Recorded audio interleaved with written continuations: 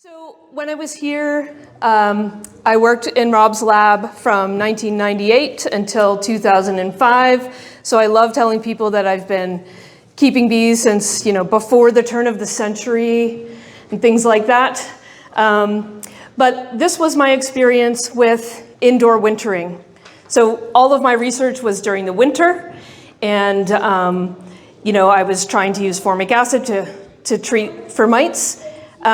May I ask, has anyone actually tried it? Thank you, thank you. Thank you for trying it. Right now, I feel like treating in winter is too late. You kind of missed the boat. So I don't really know if it could be done at another time indoors. But I kind of stepped away from that work because I moved to Pennsylvania, which is in fact where I was born and raised. So I was kind of just gone and went back. And in Pennsylvania, we generally don't winter indoors. We don't even need to wrap. I just make sure my bees have lots of food. I put a foam board between the lid and the inner cover and put a mouse guard on, and they're good. So really very different from beekeeping in Manitoba. But recently I'm getting back into it. I also got back into formic acid research and had to buy some of that yellow machine a few years ago to measure parts per million in the air. So that was another flashback for me. So what I'm going to be talking to you about today is how people are keeping bees indoors in the US. I do not have a very deep knowledge of this topic. I've just been sort of watching what other people have been doing. And you might have heard about the Bee Informed Partnership that has been doing national surveys since about 2007, and they just recently closed their doors. So it may or may not continue at some point in the future. But I was excited to see these data about indoor storage and how popular it is. So in this figure, you can see the dark bars are no, I do not keep bees indoors, and yes is the yellow. So it's a pretty low bar, and even toward the end, not very popular, just over 25% of commercial beekeepers doing anything with indoor storage. And for us, by the way, according to Bee Informed Partnership, you're a commercial beekeeper if you have more than 500 colonies. Most of Bee Informed's data come from hobbyists who have less than 50, but they picked out the commercial beekeepers and asked, they were able to ask these questions. So it's becoming more popular, and you're going to kind of see why, because there's some really big beekeepers, not that they're tall, but they have many, many colonies, and they have a big voice in the industry that are trying it and getting really quite interesting results. So I saw Project Apis M on some other slides, so you're clearly familiar with that group. They have put out a guide to indoor storage, and I'm really excited to see that all the research and all of your experiences have informed what we're doing. So we really appreciate everything that's been done up here. Rob's lab is mentioned all the time for the work that's being done here. And in fact, I'm going to encourage you to look at their website and watch. They have 2 years, 2021 and 2022, where they did these 2-day online conferences, recorded the whole entire thing, and you can just press on YouTube and have hours of talks about indoor storage, lots of different topics. And in fact, I stole some of this information from watching the 2022 indoor conference because I thought it would be of interest to you. But if you have very detailed questions, I'm going to defer you to the recording and then to the person giving those talks, because I haven't done this myself. So the talk that I thought was the most interesting and the most wow, I'm in awe of this beekeeper. This is Jason Miller of Miller Honey Farms. He has huge commercial operation, and he keeps bees in California for almonds, and then he goes to North Dakota for honey production.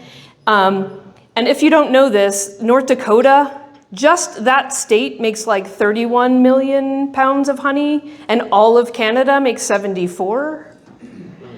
So it's just a crazy honey producing state. So they make tons of money on, honey production, and then they go to California and make sure the bees are ready to put in the almonds and have lots of pollination contracts. So that's where their bees would be today, of course, in February. So he started overwintering indoors in California in about 2012. And at the time he's like, I guess I'll try it with some of my colonies. And he just rented out like old potato storage sheds and things like that, and had about 5 years where he was just doing his own trials. And I'm saying he, but I'm sure it was a family venture. He's like a 5th generation beekeeper and everyone's involved in this operation. But by 2017, he kind of had done all the research and all the thinking about what would be much better than somebody's old potato shed for my overwintering, had studied what all of you are doing, and decided to build his own building just for this. And so it's way, way bigger than that tiny overwintering building that I was using. And so here you can see 18,000 square feet. And you can see those little things on the sides. That's the 4 different air handling rooms that they put off to the sides. And he really thought through this design. He wanted it to be a very nice, stable temperature, which of course we would all love to have. But he's in California, right? So he had to have cooling for sure. How many of you actually have cooling? Like not just bring in air? Yeah. I'm going to show you a million reasons to get cooling for your indoor wintering. Like maybe the weather tomorrow might make you wish you had cooling.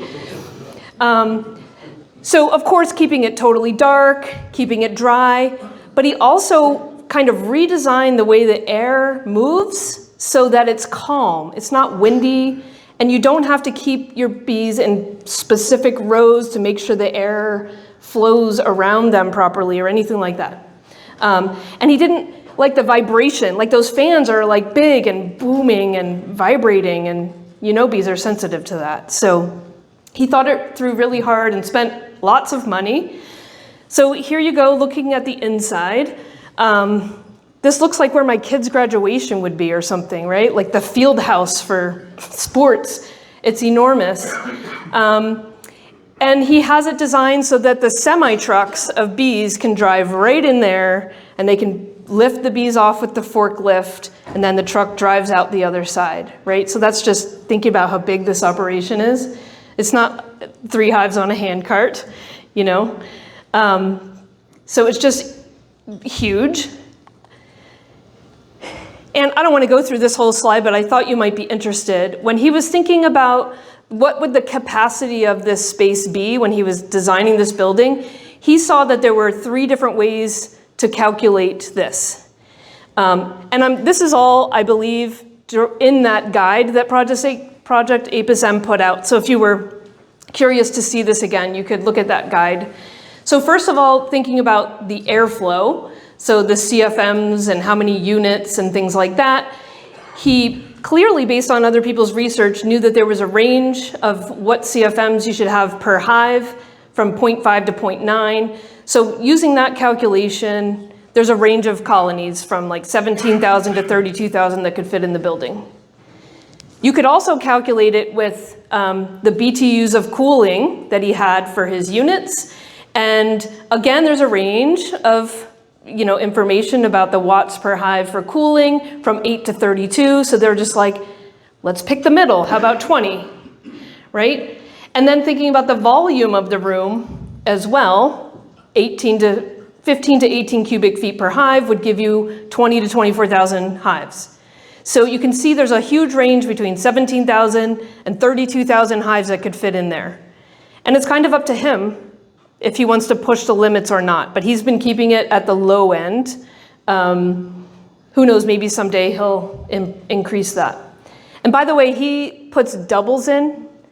So if you're doing singles, you could fit more, and he's got lots of space taken up by these doubles. And this kind of shows you his cooling system. Of course, if it's cold outside, he gets free cooling. But if it gets too warm, like it often does, there is a cooling system. And the air drops, the bottom picture is showing how the cold air just like drops down in between all the hives, right? And the ceiling's very tall, so it kind of disseminates around and doesn't have to be blown with the wind. So that, his goal of everything being calm was established, using this different system, not, airbags with holes and things like that. So I thought that was quite interesting. The problem with refrigeration is that sometimes it seizes up because it ices over. So he had to add in some electrical defrost to make sure that it didn't stop cooling when times needed it. You can see all this system on the outside. And it's set up modularly, so if you wanted to do just part of the building, that would be possible, which I think is, that building looks enormous. To cool that whole entire thing, if it wasn't full, would not be economical. So being able to do just part of it is a positive. And so this is just showing you, I would love to visit just to be there for this sometime, and bringing in those trucks and stacking up the hives. And so what they do is they cool it down extra. So they want it to be 40 degrees, but they're bringing in hot bees and hot trucks. So they cool it down to 30 before they open the doors. The semis come in, they move the bees. And this is actually overwintering. And so their goal is to get them inside by October 1st. But in reality, it takes a few weeks to get all the bees to this building. And so it's usually by the middle of October that all of the bees are inside. And you can see that, leaving room for the trucks to drive could be filled with bees at the end if you wanted to add more. There's also tons of high-tech sensors in there that are like pinging cell phones and multiple workers and making sure that things don't go awry. He would love to talk to you all about those doodads, but what I was very excited to see is that they're actually using the carbon dioxide elevated levels to control varroa, and they've done this for several years now. And not as an experiment, not as a university thing, but as a beekeeper. And so what they do is they try to get the CO2 levels to 50,000 parts per million and hold it there for 10 days to 2 weeks. The bees are inside for 4 months, but you just need this one window, and they have found that the bees come out of the building with very low mite levels. So you can see here at the bottom, 2 years in a row where they had a period like this of high CO2. The bees came out with 0.05 and 0.04 mites per 100 bees, whereas the past several years before that, they came out with more than double that in mites. So he's convinced that this is worthwhile to do. And also having those sensors, he keeps the workers safe. So just like when I was putting formic acid in the air and you didn't want anyone to just like walk in there and like die or something. The same thing with this high CO2, it could really hurt a human. And guess what? It kills mice, right? So they found many fewer mice and mites. So that's just a great bonus. You know how it is with the mice indoors. They love being in there. Okay, so I also am pretty excited about lots of other uses of what I'm calling cold storage. So this isn't a talk about indoor wintering, except for to tell you what Jason Miller is doing. There's a ton of things that cold storage can be useful for. So that's for me. In Pennsylvania, if I were keeping bees indoors, what I would be doing is hedging against those warm days. Those, why are the bees flying? They're supposed to be winter bees. They need to hunker down a couple more months. Please just stay in your hive. So one of the things that people have been trying is queen banking. So you want queens early in the season, but you can't start rearing queens until there's enough drones, and then it's like May, June, and that feels late. But if you could make queens the year before and bank them, you would have them for your operation, for making up for your losses, and maybe to sell early in Manitoba. You guys could totally do that, right? You could make extra queens and bank them. So some researchers have been looking at like how many queens can be in each bank and all those things. And of course, as always, fewer queens is better. They do better. So here they tested 40 queens versus 80, and 40 did better. And then they looked at the queens afterwards as well to make sure that they were, going to be good queens. And they saw no impact on sperm viability, and the queens weren't injured. It's not like their feet were bitten off or anything like that. So this is very, very promising and exciting. Even in Pennsylvania, I don't want to have to wait to start rearing queens. I need them a month before I can actually make them myself, which is why we buy everything from the South or from California. And I'm working really hard to set up the Northeast of the US to not have to rely on importing like that. So let's get more queen producers to do more winter banking. Cold storage can also be used in warm weather to bring the bees inside and simulate winter. So if you bring bees inside, the queen will stop laying. And so several researchers have been looking at putting the bees indoors for either 18 days or 20 days to induce a brood break, which is a varroa reproduction break. And then when they bring them back out, they can treat, and all those treatments that don't get under the cappings are much more effective. And one unforeseen bonus of this was that weak colonies did not survive this. So that sounds really negative, right? Oh no, my weak, sick colonies couldn't make it. Well, it's not a hospital. It's actually a form of culling. So the beekeepers were like, hey, this is actually great. I didn't feel like I had to baby this hive along and treat it and feed it and waste all my money when it was just going to die several months later. It was kind of just like, you're done now, and I'm glad. They didn't have to do combining or whatever, it was a culling mechanism. But the idea of being able to create a brood break and then treat very effectively is also pretty attractive. Another thing that we're finding, and I'm feeling it in the air in Winnipeg, global warming, climate change. And in Pennsylvania, it's staying warm like well till Thanksgiving, which is way too long. I want to be done with my beekeeping by the middle of October when the queen has shut down. But it's so warm that the bees, they keep flying. They keep trying to find food, which is nowhere. And all they're doing is aging. Winter bees that are born to be winter bees, are not supposed to forage. They're supposed to just hang out and wait for spring. So if you leave your bees outside and they're flying and aging, there's fewer bees that survive through until spring. So if you can bring them indoors and shut them down, you'll have more bees in your hives coming out in the spring. And so the other thing is all the robbing that is happening. And for us, the yellow jackets and hornets and things were still attacking the hives in November. And I'm like, freeze, gosh darn it, I want them to die. And they just weren't. And so just getting the bees in a safe, closed off space with a nice stable temperature is very calming and can really give you better colonies in spring. For me, where it's just plain too warm out. In California, they also use some indoor facilities to protect their workers.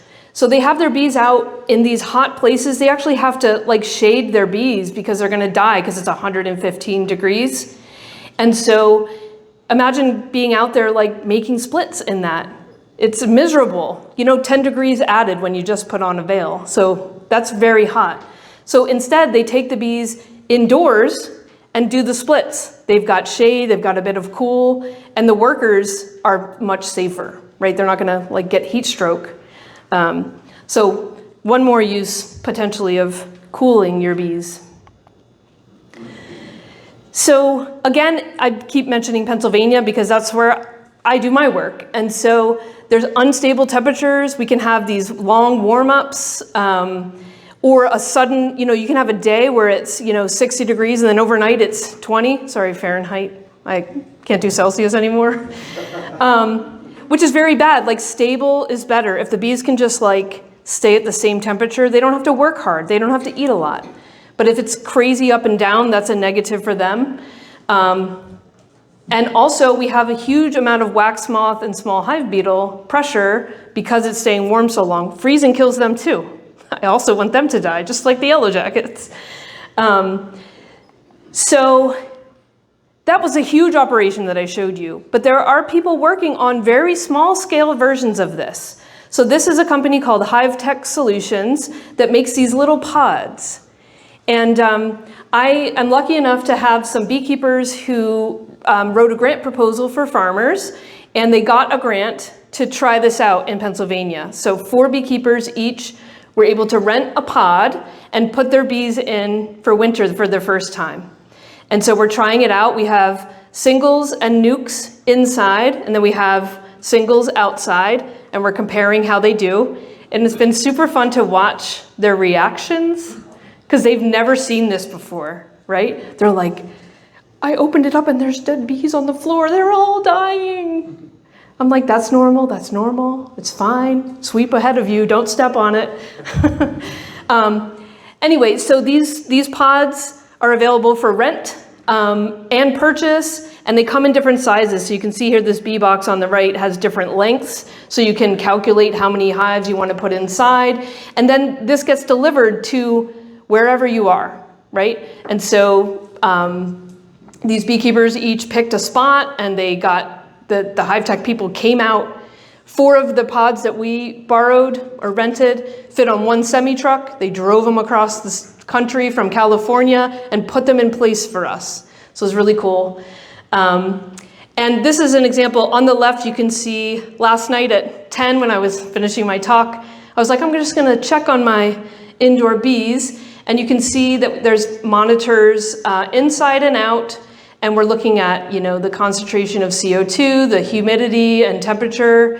And so as long as I don't see red, I feel calm. And so it's just really cool to just like get on my app and check on the bees from afar. And so I'm really curious. So about a month from now, we'll be taking the bees out. So we'll see how these pods performed for us. And we put in, okay, they put in another farmer grant proposal to continue the work because they can see great potential for using the pod year round. So thinking about what this pod could be, it could be part honey house. Why not heat up your honey supers before extraction using this device? Why not freeze them? You know, you need to freeze them for 2 days before you put them in storage, otherwise wax moths or small hive beetles will take over. I also am guilty of freezing supers because I can't extract right now. By the way, it stays nice and liquid. For months you can keep them in the freezer and then extract in February because you're like, oh crap, spring's coming, I better get to that. It works, you just heat it up and extract, it's just fine. Maybe not canola honey. But I don't get canola honey. Or maybe if you don't have a bee use for it, you could rent it out to a farmer that needs to like store their apples or store their vegetables or whatever, or just store your equipment in there. I feel like this pod could be used for many things if you needed to buy it outright. So I think I have 5 minutes remaining in my half hour, so I'd really love to hear from you. I thought of a couple questions, but you know, I'm curious to know if you think anyone here would want to do this on a small scale, or is that just too expensive? And if you could build your overwintering building over again, what would you do different? Probably add cooling, maybe. So yeah, I'd love to hear from all of you. You guys are the experts. So please, any questions?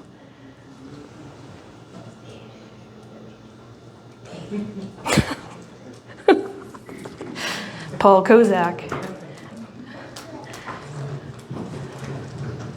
So for Ontario, we've actually provided, so I'm with Ministry of Agriculture there, but we have provided beekeepers with funding that would allow them to buy freezing units. and that was specifically gearing up for small hive beetle. So that's something that has been utilized, and it goes back to like all those advantages you were talking about. It's also a great thing for wax moth, and it's really getting beekeepers to think about biosecurity. So yeah, and then for freezing, that's on our recommendations in Ontario. Yeah, it can take 1 day and all the bees can be wiped out if that ventilation is not properly cooling it, and we're just getting warmer and warmer weather everywhere. I'm not a beekeeper, but I was trying to break the silence, and I hope there's some questions now, because this is a great community for all that innovation in indoor wintering. Paul has one.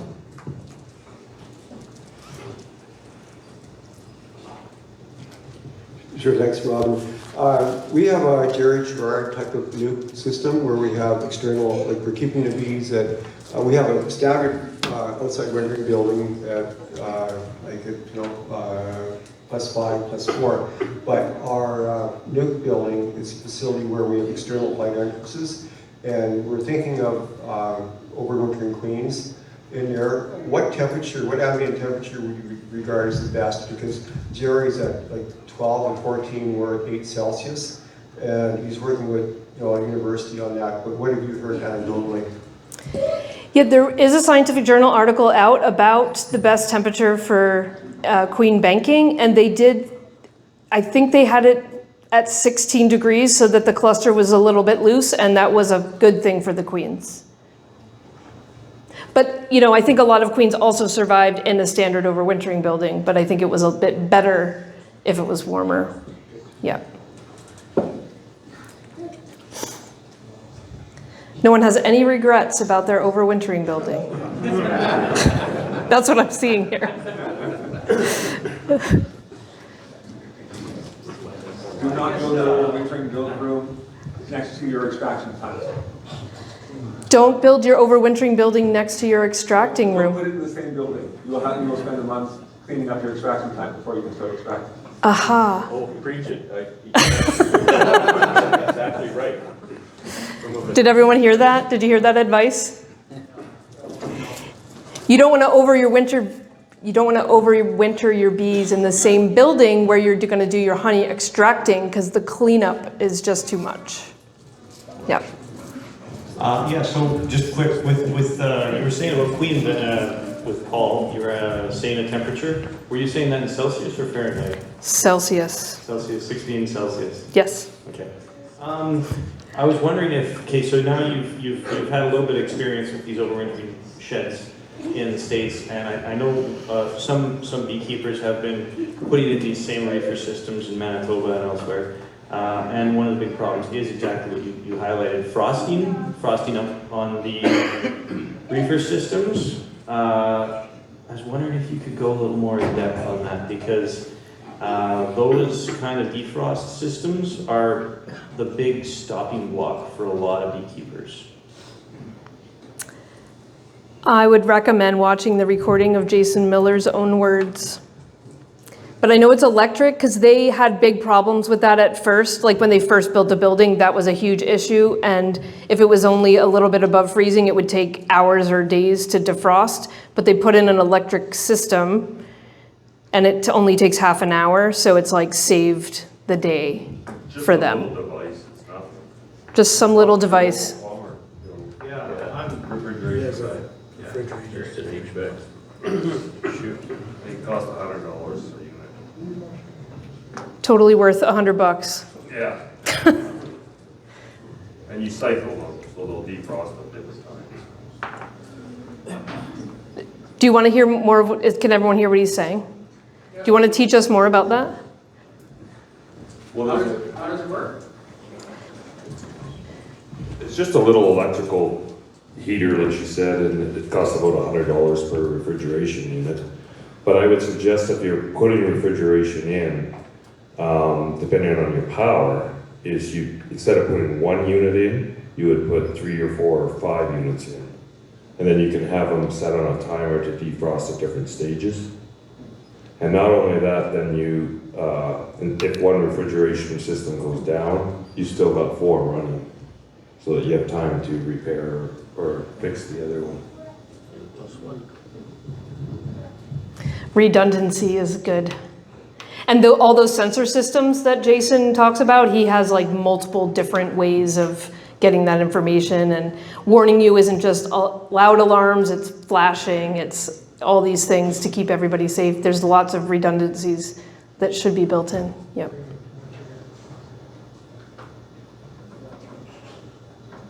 Okay, thank you.